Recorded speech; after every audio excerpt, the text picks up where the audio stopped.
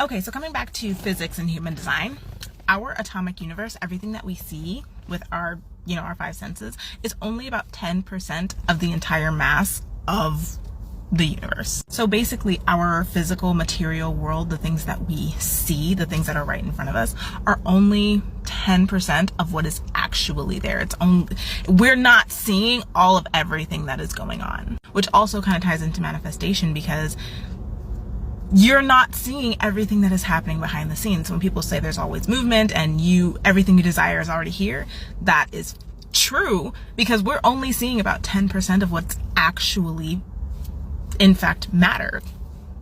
Up until recently, physicists didn't know what else was there, so they called it dark matter. And remember how I said in the last video that they thought neutrinos were actually pure energy? Well, turns out they're not. Once they really began to research it, they found out that neutrinos actually do have mass. It's about 1/1,000,000th of the weight of a proton, but it is still material. This also means that it travels slower than the speed of light. So why does this matter? What the fuck does this have to do with human design? The fact is that there are more neutrinos in the universe than anything else. It is the most abundant subatomic particle in the entire universe. For every square inch of Earth, around 3 trillion neutrinos are passing through that space every single second. Neutrinos are constantly passing through us, and we're constantly moving within a giant ocean of neutrinos. So where do neutrinos come from? They come from stars.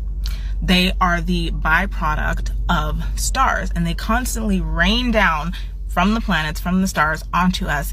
And because they are not pure energy, because they are material, whenever they pass through us, they are programming us. So they pass through us and leave a little bit of them in us.